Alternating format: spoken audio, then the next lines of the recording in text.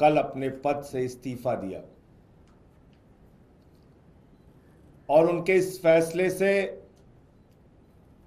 दिल्ली की जनता दुखी है, गुस्से में है, नाराजगी में है कि एक ईमानदार मुख्यमंत्री को जिसने दिल्ली की जनता के लिए एक नहीं अनेक काम किए, उनको इस्तीफा देना पड़ा। लोग सवाल पूछ रहे हैं कि अरविंद केजरीवाल ने इस्तीफा क्यों दिया। लोग सवाल पूछ रहे हैं कि अरविंद केजरीवाल को इस्तीफा देने की जरूरत क्या थी। उन्होंने तो ईमानदारी से दिल्ली के 2 करोड़ लोगों की सेवा की, फिर क्या आवश्यकता थी उनको इस्तीफा देने की। आपने देखा होगा पिछले 2 साल से लगातार भारतीय जनता पार्टी अरविंद केजरीवाल को बदनाम करने की कोशिश कर रही है। भ्रष्टाचार के झूठे आरोप उनके खिलाफ खड़े किए गए, बेबुनियाद निराधार जिसमें 1 रुपए का सबूत नहीं मिला, ऐसे आरोप उनके ऊपर लगाए गए।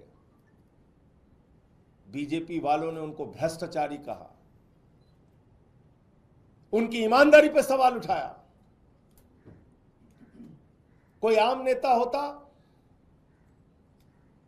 कोई मोटी चमड़ी वाला नेता होता, उसको कोई फर्क नहीं पड़ता, वो अपनी कुर्सी से चिपका पड़ा रहता। लेकिन ये अरविंद केजरीवाल है, इन्होंने अपनी सच्चाई और ईमानदारी से यहां तक का सफर तय किया है और ईमानदारी से दिल्ली के लोगों की सेवा की है। सुप्रीम कोर्ट ने उनके हक में फैसला भी दे दिया, एक ऐसे मामले में जिसमें जमानत मिलना लगभग नामुमकिन होता है। कोई और नेता होता तो कहता कि सुप्रीम कोर्ट से हमें जमानत मिल गई, काफी है।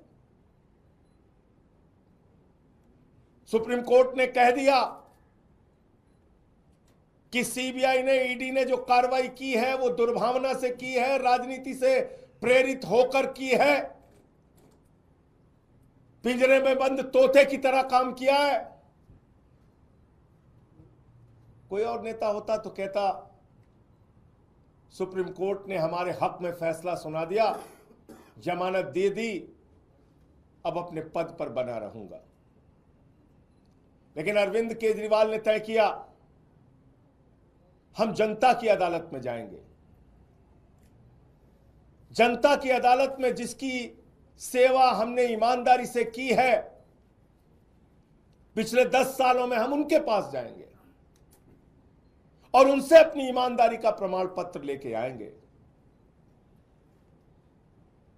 मुझे पूरा भरोसा है दिल्ली की जनता प्रचंड बहुमत के साथ अरविंद केजरीवाल को ईमानदारी का प्रमाण पत्र देगी, कि उन्होंने पूरी सच्चाई के साथ, ईमानदारी के साथ दिल्ली के लोगों की सेवा की है। मुख्यमंत्री के तौर पे बहुत सारी सुविधाएं किसी भी व्यक्ति को मिलती हैं, अरविंद केजरीवाल को भी वो सुविधाएं मिली हैं। कल जब उन्होंने इस्तीफा दिया तो पहली बात उन्होंने की कि अब हम ये सारी सुविधाएं छोड़ देंगे, मुख्यमंत्री को मिलने वाली सारी सुविधाएं छोड़ देंगे। बाकी नेताओं की हालत हम जानते हैं,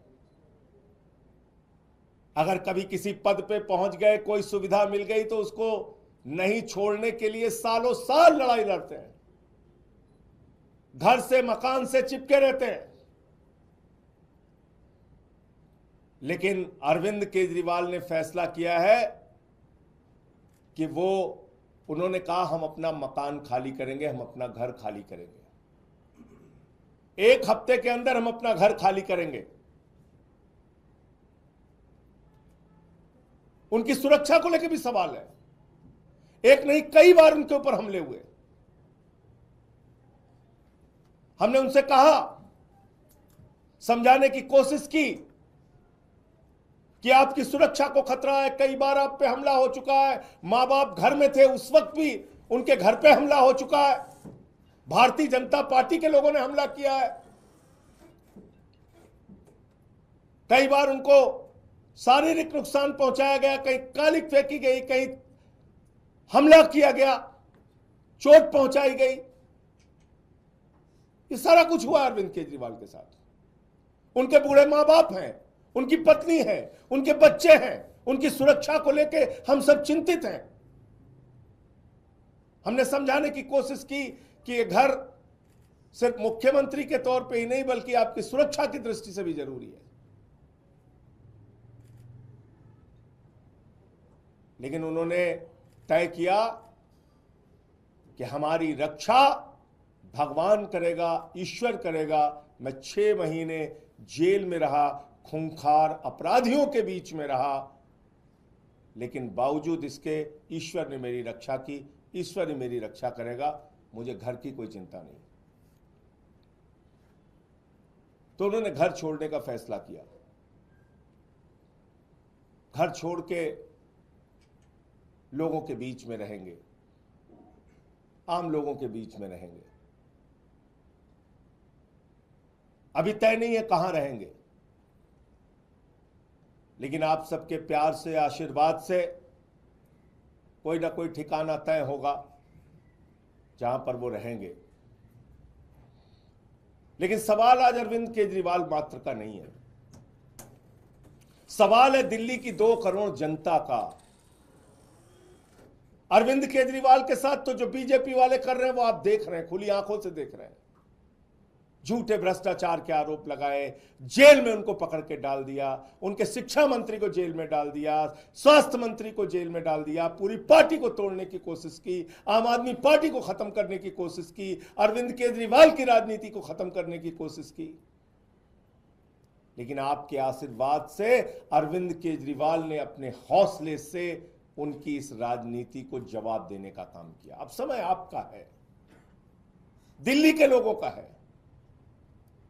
क्योंकि देश के प्रधानमंत्री तो खुलेआम कहते हैं मुफ्त की सुविधाएं बिल्कुल नहीं मिलनी चाहिए, बंद हो जानी चाहिए मुफ्त की सुविधाएं। आपको सोचना है, अरविंद केजरीवाल नहीं होगा तो दिल्ली का क्या होगा, अरविंद केजरीवाल नहीं होगा तो दिल्ली के लोगों का क्या होगा। जो बच्चों को मुफ्त शिक्षा मिलती है वो शिक्षा बंद हो जाएगी।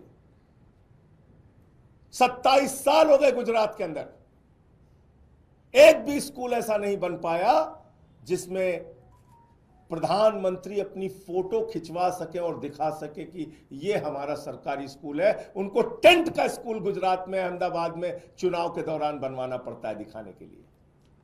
एक स्कूल नहीं बनवा पाए देश के प्रधानमंत्री 27 साल के शासन के बाद गुजरात के अंदर। पूरे देश में बताइए, भारतीय जनता पार्टी शासित राज्यों में जो स्कूल अरविंद केजरीवाल ने बनवाया, ऐसा एक स्कूल किसी राज्य में बनाओ। बच्चों के लिए मुफ्त शिक्षा की सुविधा, मोहल्ला क्लिनिक की सुविधा, जहां फ्री दवा, free test, free ultrasound, free इलाज, ये बंद हो जाएगा। ये मोहल्ला क्लिनिक बंद कर देगी बीजेपी, ये मुफ्त की दवाएं बंद कर देगी, क्योंकि वो तो दिल्ली के लोगों को अपमानित करते हैं, कहते हैं मुफ्त खो रहे हैं, मुफ्त खो रहे हैं। याद रखना, आपको गालियां देते हैं ये तो अरविंद केजरीवाल है जो लड़ लड़ के आपके लिए सुविधाएं लेके आते हैं। 9 दिन तक एलजी के घर पे धरने पर बैठ के कहते नहीं मोहल्ला क्लिनिक की फाइल पास करो। अरविंद केजरीवाल नहीं होंगे तो ये मोहल्ला क्लिनिक बंद होंगे। फ्री बिजली लोगों का सपना था।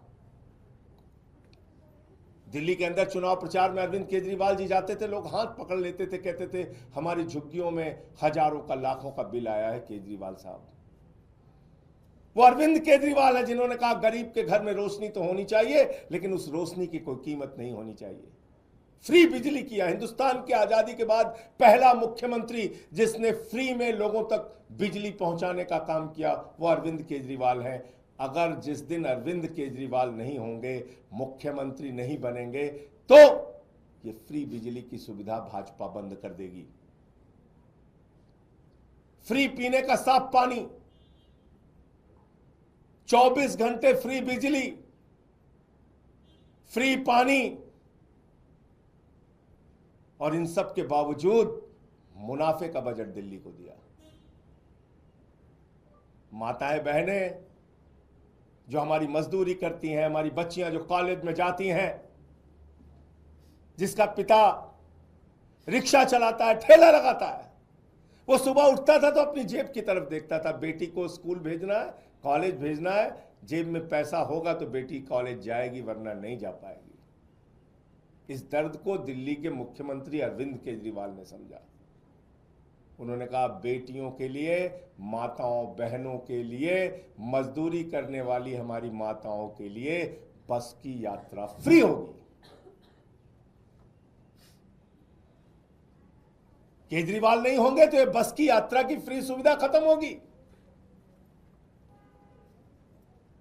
इसलिए दिल्ली के लोगों, आपको तय करना है ये सारे काम, फ्री बिजली, फ्री पानी, फ्री शिक्षा, फ्री इलाज, मोहल्ला क्लिनिक, माताओं बहनों के लिए बस की फ्री यात्रा, और बुजुर्गों के लिए श्रवण कुमार बनके उनकी तीर्थ यात्रा कराने का जो संकल्प और काम पूरा किया है अरविंद केजरीवाल ने, भारतीय जनता पार्टी ये सारी की सारी सुविधाएं बंद करेगी, समाप्त करेगी, क्योंकि देश का प्रधानमंत्री और बीजेपी का सबसे बड़ा नेता नरेंद्र मोदी जी वो कहते हैं घूम घूम कर कि मुफ्त की सुविधा समाप्त होनी चाहिए, खत्म होनी चाहिए, मुफ्त की सुविधा तो मिलनी ही नहीं चाहिए।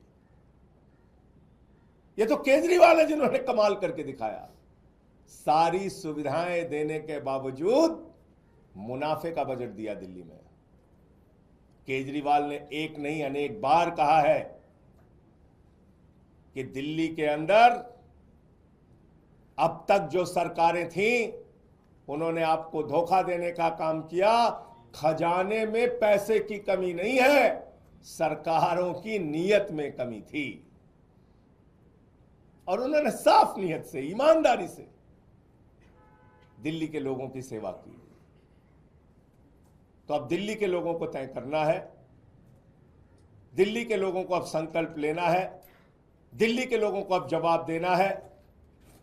जनता की अदालत में अरविंद केजरीवाल जी जाएंगे, और मुझे पूरा यकीन और भरोसा है कि जनता की अदालत से अपनी ईमानदारी का प्रचंड बहुमत का प्रमाण पत्र लेके आएंगे। हिंदुस्तान के इतिहास में पहला नेता है, पहले नेता है अरविंद केजरीवाल जो सीना ठोक के कह रहे हैं ईमानदार हूं तो वोट देना, ईमानदार नहीं हूं तो वोट मत देना। अपनी ईमानदारी के नाम पर वोट मांग रहे हैं, अपनी सच्चाई के नाम पर वोट मांग रहे हैं, अपने काम के नाम पर वोट मांग रहे हैं। एक नेता पूरे हिंदुस्तान की राजनीति में, पूरे इतिहास में बता दो आप।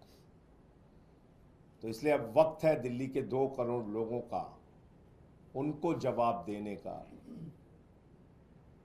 इस समय 2 करोड़ लोगों के ऊपर जिम्मेदारी है कि वो भारतीय जनता पार्टी के साजिशों का, कुचक्रों का जवाब अपने वोट की ताकत से दे।